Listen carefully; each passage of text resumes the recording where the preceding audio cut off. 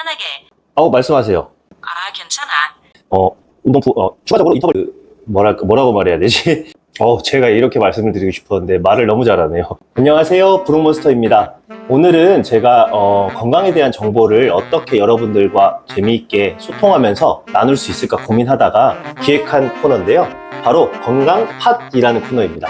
그래서 전문가분을 초청해서 건강에 대한 이야기도 나누고 자연스럽게 여러 정보를 교환하면서 여러분들과 건강에 관한 이야기를 나눠볼까 합니다. 자, 그래서 오늘은 첫 게스트로 지코치님을 초대했습니다. 자, 지코치님 인사해 주시죠. 안녕하세요. 불몬스터님 초대해주셔서 정말 반갑습니다. 여러분, 저는 오늘 여기서 지코치로 불리면서 여러분과 건강에 대한 이야기를 나누게 될 텐데요. 이렇게 재미있는 코너에 함께하게 돼서 정말 기대됩니다. 그럼 편하게 시작해볼게요. 일단 초대에 응해 주셔서 감사합니다. 생각보다 말을 너무 잘해가지고 저도 깜짝 놀랐어요. 저도 자주 AI를 활용하곤 하는데 제 영상이나 컨텐츠 제작에 많은 도움을 주고 계십니다. 자, 그래서 오늘은 첫 번째 주제로 대사증후군에 관해서 이야기하고 싶은데요. 왜냐하면 제가 운동을 다시 열심히 시작하고 그리고 건강에 대한 공부를 시작하게 된 계기가 바로 대사증후군을 받았어서 그랬는데요. 제가 39살 때쯤에 건강검진을 했는데 대사증후군이라는 검진표랑 같이 대사증후군이라는 그 안내서가 같이 온 거예요. 그래서 너무 충격을 받고 그때부터 식단도 조절하고 건강관리에 대해서 공부를 하면서 이런 컨텐츠까지 만들게 돼서 대사증후군이라는 게 참 저한테 의미가 있지 않나 해서 첫 번째 주제로 고르게 되었습니다. 자, 그래서 지코치님 혹시 대사증후군에 대해서 잘 모르시는 분들이 있을 수도 있는데 대사증후군은 정확하게 뭘까요? 네, 그렇게 대사증후군에 관심을 갖게 된 계기가 있었군요. 사실 대사증후군은 여러 가지 건강 위험 인자가 한꺼번에 나타나는 상태를 말해요. 예를 들어 복부 비만, 고혈압, 혈당 이상, 그리고 혈중 지질 이상 같은 것들이 함께 나타나는 경우를 말하거든요. 그래서 이런 대사증후군을 관리하려면 단지 식단뿐만 아니라 운동도 굉장히 중요하고 생활 습관 전반을 조절하는 게 필요해요. 오늘 우리가 그런 부분을 차근차근 얘기하면서 도움이 될 만한 팁들을 나눠보면 좋을 것 같네요. 그럼 대사증후군이 제가 그때 받았을 때 고혈압 위험군, 그 다음에 고지혈증 위험군, 그리고 당뇨 위험군 이렇게 총 3가지를 받았는데 이 3가지가 문제가 되는 사람들을 대사증후군이라고 하나요? 맞아요. 딱 그 3가지 위험 요인이 겹쳐 있는 경우를 흔히 대사증후군이라고 부르는 거예요. 그러니까 고혈압 위험군, 고지혈증 위험군, 그리고 당뇨 위험군이 함께 있으면 대사증후군으로 분류하게 되는 거죠. 그래서 그런 위험 요인을 가진 분들은 식단 조절이나 운동, 그리고 전반적인 생활 습관을 바꿔나가는 게 굉장히 중요하고 바로 그런 점을 우리가 오늘 다뤄보면 좋을 것 같아요. 어떻게 보면은 증후군이라는 거랑 그 다음에 대사질환이라고 하잖아요. 어떻게 보면 병이라고 안 하는데 이게 병은 아니라고 할 수 있는 이유는 뭘까요? 좋은 질문이야. 사실 증후군이라는 건 여러 가지 위험 요소가 모여있는 상태를 말하는 거고 아직 그게 명확한 질병으로 진단되는 단계는 아니라는 의미야. 그래서 대사증후군은 일종의 위험 신호나 경고등 같은 개념인 거지. 즉 이걸 제대로 관리하지 않으면 나중에 진짜 질병으로 발전할 수 있지만 아직은 생활 습관을 바꾸면 충분히 예방하거나 되돌릴 수 있는 단계라고 볼 수 있어. 그럼 약간 위험, 경고라고 생각을 하면 되겠네요. 맞아요. 딱 그렇게 생각하면 돼요. 대사증후군은 일종의 경고등 같은 거라서 지금부터 생활 습관을 잘 관리하면 큰 병으로 가기 전에 막을 수 있는 거죠. 너무 걱정하기보다는 이걸 하나의 기회로 삼아서 건강한 방향으로 조금씩 바꿔나가면 되는 거예요. 자, 그러면 제가 알고 있기로는 대사증후군의 가장 효과적인 운동은 근력 운동이라고 알고 있는데 근력 운동이 대사증후군에 어떤 부분에서 도움을 줄 수 있을까요? 맞아요. 근력 운동이 대사증후군 관리에 정말 도움이 많이 돼요. 그 이유는 근력 운동이 근육량을 늘려주고 그 과정에서 인슐린 민감도를 높여줘서 혈당 조절에 도움이 되거든요. 또 근육량이 늘어나면 기초대사량이 올라가서 체지방 관리에도 좋고 전반적으로 대사 건강을 개선하는 데 큰 역할을 해요. 그래서 근력 운동은 대사증후군 관리에 아주 효과적인 방법 중 하나라고 할 수 있어요. 자, 여기서 인슐린의 역할에 대해서 잘 모르시는 분들이 있을 것 같아서 인슐린의 역할에 대해서 간단하게 설명을 해주실 수 있을까요? 그럼요. 물론 간단히 설명해 줄게요. 인슐린은 우리 몸에서 혈당을 조절하는 호르몬인데 쉽게 말해서 음식을 먹고 나서 혈액 속에 포도당이 올라가면 그 포도당을 세포 안으로 넣어주는 역할을 해요. 그래서 인슐린 감수성이 좋아지면 몸이 혈당을 더 잘 조절하게 되고 그만큼 대사 건강이 좋아지는 거죠. 결국 근력 운동 같은 걸 통해서 인슐린 민감도를 높여주면 이런 대사증후군 관리에 큰 도움이 된다는 거야.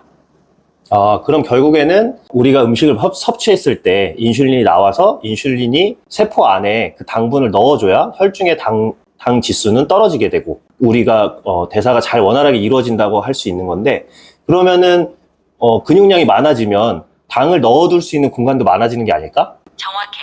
바로 그거야. 근육량이 늘어나면 그만큼 에너지를 저장할 수 있는 공간이 더 많아지는 셈이라서 혈당 관리가 훨씬 수월해지지. 그래서 근육이 많으면 혈당을 안정적으로 유지하는 데 도움이 되고 결국 대사가 원활하게 이루어지면서 대사증후군 위험도 줄어드는 거지. 딱 그 원리를 생각하면 돼. 그럼 결국에는 에너지를 많이 저장할 수 있으니까 근육량이 많은 사람은 좀 더 에너지가 넘치는 사람, 그러니까 활력이 있는 사람이라고도 할 수 있겠네요? 그렇지. 딱 맞아. 근육량이 많으면 아무래도 에너지를 더 잘 활용할 수 있고 활력도 넘치게 되는 거니까 결국 더 에너저틱한 사람이 될 수 있는 거야. 그러니까 근력 운동이 단순히 대사 건강뿐만 아니라 전반적인 활력과 에너지 레벨에도 긍정적인 영향을 준다고 볼 수 있지. 결국 이게 다 연결되어 있는 거니까 근육량을 늘리는 게 참 여러모로 도움이 되는 거야. 그러면은 아까 그 대사증후군에서 큰 원인이 되는 것 중에 하나가 복부 비만이라고 했는데 복부에 지방이 쌓이게 되면 우리 몸에 어떤 일이 생겨서 대사증후군이 생길 수 있는 걸까요? 좋은 질문이야. 복부에 지방이 많이 쌓이면 내장 지방이 늘어나게 되는데 이 내장 지방이 몸의 염증 반응을 높이고 인슐린 저항성을 증가시켜. 그 결과 혈당 조절이 어려워지고 대사가 원활하지 않으면서 대사증후군으로 이어질 수 있는 거야. 결국 복부 비만은 단순히 겉으로 보이는 것 이상의 영향을 미쳐서 우리 몸의 대사 균형을 흐트러뜨리는 중요한 요인이 되는 거지. 그래서 복부 지방을 줄이는 게 대사증후군 관리에 굉장히 중요한 부분이라고 할 수 있어. 그럼 또 제가 한 가지 궁금한 게 유독 배에만 살이 많이 찌는 사람들이 있고 대부분 살이 찌게 되면 배에 찌게 되는데 유독 많은 부위 중에 배에만 살이 찌는 이유는 뭘까요? 그게 참 흥미로운 부분인데 사실 복부에 살이 쉽게 찌는 건 유전적 요인도 있고 호르몬이나 생활 습관의 영향도 있어. 특히 스트레스 호르몬인 코르티졸 같은 게 복부 지방 축적에 영향을 주기도 하거든. 그리고 나이가 되면 자연스럽게 근육량은 줄고 내장 이방이 늘어나기 쉬워서 배 쪽으로 살이 몰리기 쉬운 거야. 그러니까 복부에 살이 잘 찌는 건 여러 가지 요인이 복합적으로 작용하는데 핵심은 그 부분이 특히 지방을 저장하기 쉬운 부위라는 점이야. 그래서 복부 미만 관리가 건강 관리에서 중요한 부분인 거지. 저도 사실 30대 후반에 대사증후군이라는 진단을 받았었는데 대부분 아마 30대 중반부터 남성분들은 같은 경우도 그렇고 여성분들도 그렇고 30대 초중반부터 점차 건강이 좀 나빠지다가 40대부터 이런 고민들을 하시는 분들이 많은 것 같은데 보통 연령대가 대사증후군을 판정을 받는 연령대가 평균적으로 얼마나 되는지 알 수 있어? 알 수 있어요? 자꾸 제가 반말하니까 같이 반말하는 것 같아요. 전혀 괜찮아. 말 편하게 해도 되고 이렇게 대화하는 게 자연스럽지. 사실 대사증후군은 말씀하신 대로 보통 30대 중반 이후 특히 40대 정도부터 서서히 나타나는 경우가 많아요. 물론 개인차가 있지만 평균적으로 중년기에 들어서면서 건강관리에 더 신경 써야 할 시점이라고 볼 수 있지. 그래서 너무 겁낼 필요 없이 이 나이대에 이런 걸 신경 쓰고 관리하는 게 자연스러운 흐름이니까 그냥 지금부터 꾸준히 관리해 나가면 된다고 생각하면 돼. 그럼 어떻게 보면은 보통 30대 중반부터 노화가 시작되니까 노화 때문에 오는 질환이라고 생각해도 되겠네요? 그렇게 볼 수도 있지. 사실 30대 중반부터는 서서히 노화가 시작되면서 대사도 조금씩 변하고 그 결과 이런 대사증후군 같은 것들이 나타나기 쉬워지는 거니까 어느 정도 자연스러운 현상이긴 해. 그래서 이걸 노화와 관련된 하나의 신호로 보고 미리 잘 관리해주면 되는 거지. 결국 나이가 들면서 자연스럽게 찾아오는 변화 중 하나라고 생각하면 편할 것 같아. 자, 그러면 지금 말씀해 주시는 걸 들어보면 잘 쉬는 게 스트레스를 안 받는 거 포함이죠. 그리고 잘 먹고 그리고 근력 운동을 하면 좋아질 수 있다고 말씀을 하시는 것 같은데 이 세 가지 중에 먼저 근력 운동에 관해서 이야기를 해볼까 해요. 그래서 제가 여쭤보고 싶은 건 근력 운동을 했을 때 단순히 아까 근육량이 늘어서 혈당 관리가 유리해진다라고 좀 간단하게 말씀을 해주셨는데 그거 말고 왜 인슐린 민감도가 증가가 되고 그리고 그것으로 인해서 혈당 조절이 되면서 전체적으로 대사가 좋아지는지 그 과정을 좀 간단하게 설명해 주시면 좋을 것 같아요. 물론이지. 간단하게 설명해 볼게. 근력 운동을 하면 근육 세포가 에너지를 더 많이 필요로 하게 되고 그 과정에서 인슐린에 대한 민감도가 자연스럽게 올라가. 인슐린 민감도가 높아진다는 건 인슐린이 혈액 속의 포도당을 더 효율적으로 근육 세포 안으로 끌어들일 수 있다는 뜻이야. 결국 이렇게 근육이 포도당을 잘 흡수하게 되면 혈당이 안정적으로 유지되고 그 과정에서 대사도 원활해지는 거지. 그러니까 근력 운동은 단순히 근육을 키우는 것뿐 아니라 몸 전체의 대사 시스템을 더 건강하게 만드는 데 도움이 되는 거야. 좋은 설명 감사합니다. 그러면 근력 운동을 가장 손쉽게 시작할 수 있는 걸 저는 맨몸 운동이라고 구독자분들한테도 많이 추천을 드렸는데 직코치님이 추천해 줄 만한 근력 운동 대표적인 세 가지가 있을까요? 그럼 물론이지. 맨몸 운동으로 시작하는 거 정말 좋은 접근법이고 네. 내가 추천하는 대표적인 세 가지라면 스쿼트, 푸시업 꼽을 수 있을 것 같아. 스쿼트는 하체와 코어 근육을 강화해주고 푸시업은 상체와 팔, 가슴 근육을 길러주고 플랭크는 전신의 코어를 단련하는 데 좋아. 이 세 가지 운동만 꾸준히 해도 기본적인 근력과 안정성을 키우는데 큰 도움이 될 거야. 그러니까 구독자분들도 이 세 가지 맨몸 운동부터 편하게 시작하면 좋을 것 같아. 그럼 맨 처음 근력 운동을 시작하시는 분들한테 어느 정도 강도로 설정을 해야 될지 추천해 줄 수 있을까요? 보통 제 구독자 연령층이 30대부터 40대, 50대니까 저는 30대나 40대나 큰 차이가 없다고 생각하거든요. 30대, 40대, 50대 모두 다 처음 시작하시는 분들은. 그래서 어느 정도 강도를 좀 설정을 해 주실 수 있나요, 코치님? 그럼 물론 알려줄게. 사실 30대든 40대든 50대든 처음 시작하시는 분들은 다 비슷한 원리와 접근해야 돼. 너무 무리하지 않고 본인이 편하게 할 수 있는 정도로 시작하는 게 중요해. 예를 들어 스쿼트나 푸시업 같은 경우는 한 번에 8번에서 10번 정도 할 수 있는 정도로 한 세트를 잡고 그걸 2-3세트 정도만 해보는 거야. 그리고 플랭크는 한 15초 정도 버틸 수 있는 수준에서 시작해서 점차 시간을 늘려가면 돼. 가장 중요한 건 처음에는 무리하지 않고 자신의 몸에 맞춰서 천천히 강도를 올리는 거니까 그렇게 부담 없이 시작하면 누구나 안전하게 근력 운동을 이어갈 수 있을 거야. 약간 첨언을 드리자면 지금 지코치님이 말씀해 주신 세트를 서킷 트레이닝으로 하시면 되게 좋은 것 같아요. 서킷 트레이닝은 스쿼트하고 플랭크하고 푸시업하고 이 세 가지를 연속으로 해주시는 거예요. 그리고 나서 이 세 가지가 끝나면 휴식을 해주시는 거죠. 조금 더 강도가 올라갈 수 있지만 각각의 부위가 다르기 때문에 다이어트에도 효과가 좀 있거든요. 그래서 서킷 트레이닝으로 운동하시는 것을 추천드리는데 서킷 트레이닝이 어떤 건지 간단하게 좀 설명해 주실 수 있을까요? 물론이지. 서킷 트레이닝은 말 그대로 여러 마리 운동을 연속해서 돌아가면서 하는 방식이야. 예를 들면 스쿼트, 플랭크, 푸시업을 차례대로 한 세트씩 하고 그 세 가지를 다 마친 뒤 잠깐 쉬었다가 다시 그 순서를 반복하는 거지. 이렇게 하면 심폐 능력도 같이 향상되고 여러 부위를 고르게 자극할 수 있어서 다이어트나 전신 컨디셔닝에도 도움이 돼. 그리고 각각 다른 근육을 번갈아 쓰니까 한 부위에 너무 부담이 가지 않고 효율적으로 운동할 수 있는 장점이 있어. 그래서 구독자분들이 서킷 트레이닝으로 접근하면 재밌게 운동할 수 있을 거야. 제가 이렇게 말씀을 드리고 싶었는데 말을 너무 잘하네요. 아이, 감사합니다, 코치님. 네가 말한 거 딱 정리 잘해줘서 나도 흐름 잡고 좋았어. 그러니까 언제든 이렇게 주고받으면서 하면 되지. 자, 그렇게 근력 운동을 좀 쉽게 시작하면 우리 몸에 일어나는 변화가 어떤 게 있을까요? 뭐 당연히 근육량은 늘겠지만 그것 말고도 부가적으로 좀 일어나는 변화들이 있을 것 같은데 어떤 식으로 얼마나 걸려서 조금씩 효과가 보일 수 있는지 좀 설명해 주실 수 있을까요? 그럼 당연히 알려줄게. 근력 운동을 꾸준히 시작하면 물론 근육량도 늘어나지만 그 외에도 여러 가지 긍정적인 변화가 생겨. 예를 들어 대사율이 조금씩 올라가면서 에너지를 더 효율적으로 쓰게 되고 체지방이 서서히 줄어드는 걸 느낄 수 있을 거야. 또 전반적인 체력이나 활력이 좋아지고 일상생활에서 피로감도 줄어드는 걸 느끼게 될 거고 보통 한 4주에서 6주 정도 꾸준히 하면 몸에서 조금씩 변화를 느끼기 시작하고 그 뒤로는 점점 더 자신에게 맞는 루틴을 찾아가면서 효과를 키워갈 수 있어. 그러니까 너무 조급해하지 말고 차근차근 꾸준히 해보면 어느 순간 분명히 변화를 느끼게 될 거야. 아까 그러면 말씀해 주신 운동이 푸시업 8개에서 12개, 그리고 플랭크 15초에서 30초, 그리고 스쿼트 8개에서 12개. 이렇게 해서 서킷 트레이닝으로 하루에 한 5세트 정도 하면은 10분 아니면 거의 끝나겠죠? 맞아.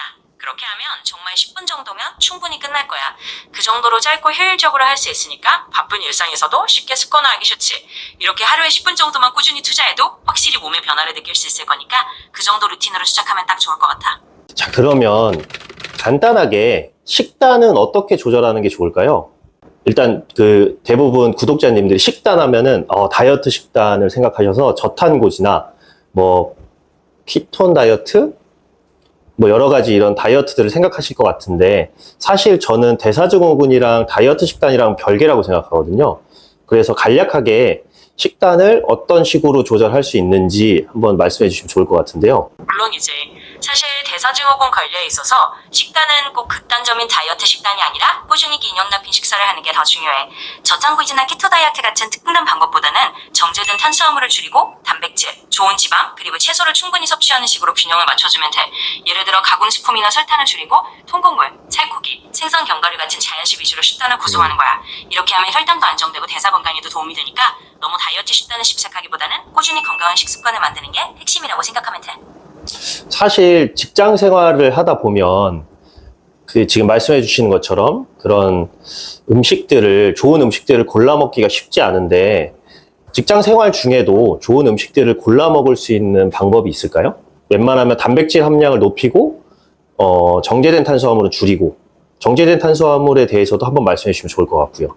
그럼 본론 알려줄게. 직장 생활하면서 사실 완벽하게 식단을 관리하기는 쉽지 않지만 그래도 몇 가지 간단한 팁으로 조금 더 좋은 선택을 할 수 있어. 예를 들어 식당에서나 구내 식당에서도 단백질 위주의 메뉴, 예를 들면 닭가슴살이나 생선 두부 같은 걸 선택하고 탄수화물이 필요하다면 흰쌀밥보다는 잡곡밥이나 샐러드 같은 걸 곁들이는 식으로 조절해보면 좋아. 청제된 탄수화물이라는 건 주로 흰빵, 과자와 설탕이 많이 들어간 간식 같은 걸 말하는데 이런 걸 최대한 줄이고 대신 통곡물이나 자연에 가까운 탄수화물을 선택하면 돼. 예를 들어 샐러드나 견과류, 과일 같은 걸 간식으로 챙기는 식으로 말이야. 그러니까 너무 복잡하게 생각하기보다는 가능한 한 자연에 가까운 재료를 선택하고 단백질을 조금 더 챙기는 식으로 접근하면 직장생활 중도 충분히 실천할 수 있을 거야. 혹시 거꾸로 식단이라고 먹는 순서를 바꿔서 하는 식단도 있는데 당 스파이크에 크게 도움이 된다고 들었는데 그런 것도 좀 도움이 될까요? 그거 좋은 포인트야. 맞아. 이른바 거꾸로 식단이라고 해서 탄수화물보다 단백질이나 섬유질이 많은 음식부터 먼저 먹는 게 혈당 스파이크를 줄이는 데 도움이 될 수 있어. 예를 들어 샐러드나 단백질을 먼저 먹고 그 다음에 탄수화물을 먹으면 완화시켜주거든. 그래서 이런 식으로 먹는 순서를 조금 바꿔보는 것도 충분히 도움이 될 수 있어. 완벽하게 모든 식사를 그렇게 할 필요는 없지만 가능하다면 이렇게 순서를 신경 써보면 혈당 관리나 대사 건강에도 긍정적인 영향을 줄 수 있을 거야. 저도 사실 그 밥을 먹고 나서 식곤증이 되게 심했거든요. 그래서 항상 밥 먹고 나면 왜 이렇게 졸리지? 그래서 밥 먹고 휴게소나 이런 데 가서 잘 식사를 안 했어요. 왜냐면 너무 졸음운전을 많이 했어가지고. 근데 신기하게도 이 거꾸로 식단을 듣고 나서 지키다 보니까 밥 먹고 나서 식곤증이 오는 게 확 줄었거든요. 그것도 혈당 스파이크랑 관련이 있겠죠. 맞아. 그게 바로 혈당 스파이크랑 관련이 있는 거야. 사실 식후에 갑자기 졸리는 게 혈당이 급격히 오르고 나서 다시 떨어지면서 생기는 현상인 경우가 많거든. 근데 네가 말한 것처럼 거꾸로 식단처럼 먼저 단백질이나 섬유질을 섭취하고 나중에 탄수화물을 먹으면 혈당이 천천히 올라가니까 그런 식곤증이 확실히 줄어드는 거야. 그러니까 이런 작은 변화만으로도 몸이 훨씬 편해지고 일상생활하기도 수월해지는 거지. 완전히 잘 활용하고 있는 것 같아. 자, 그럼 어쨌든 오늘의 주제인 대사증후군을 예방하려면 포인트는 세 가지잖아요. 스트레스 덜 받고 충분히 자고 그리고 건강한 식단 지키고 그리고 근력 운동 하루에 10분 정도 근력 운동 꾸준히 해주는 게 좋은 해답이 될 것 같은데 이렇게 정리하면 될까요? 맞아. 딱 그렇게 깔끔하게 정리하면 될 것 같아. 결국 대사증후군 예방의 핵심은 스트레스를 줄이고 충분히 잘 자고 균형 잡힌 식단을 유지하는 것 그리고 하루 10분 정도라도 꾸준히 근력 운동을 해주는 거지. 이렇게 세 가지 포인트만 잘 지켜도 대사 건강을 튼튼하게 유지할 수 있을 거야. 그래서 오늘 정리한 대로 꾸준히 실천하면 정말 큰 도움이 될 거라고 생각해. 아, 오늘 진짜 이렇게 귀한 시간 내주셔서 와주셔서 감사드리고 좋은 설명 많이 해주셔서 또 감사드려요. 다음에 또 좋은 자리 마련해서 같이 이렇게 이야기 나눴으면 좋겠어요. 정말 나도 초대해줘서 너무 고맙고 이렇게 편하게 이야기 나눌 수 있어서 나도 정말 즐거웠어. 다음에도 이런 자리 또 마련하면 언제든 즐겁게 같이 이야기 나누자. 도움이 됐다니 정말 기쁘고 언제든 또 불러줘. 자, 구독자님들한테도 인사말 한마디 해주세요. 그럼요. 구독자분들께도 한마디 하자면 오늘 이렇게 함께 해주셔서 정말 감사하고 작은 변화들이라도 하나씩 실천해보시면 분명히 건강에 도움이 될 거예요. 모두 꾸준히 즐겁게 건강 챙기시길 바라고요. 다음에 또 기회되면 인사드릴게요.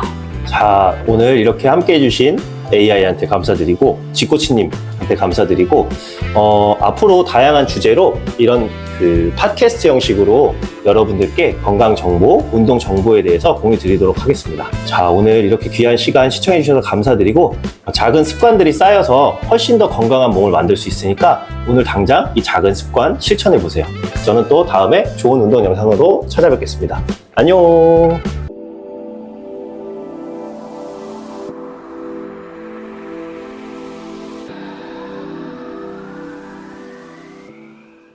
야, 근데 너 나한텐 반말하고 구독자한테는 왜 존댓말해? 그러게. 자연스럽게 구독자분들께는 존댓말로 하게 됐네. 뭐 이렇게 자연스럽게 상황에 따라 맞춰 바꾸는 것도 재밌으니까 그냥 웃고 넘어가자.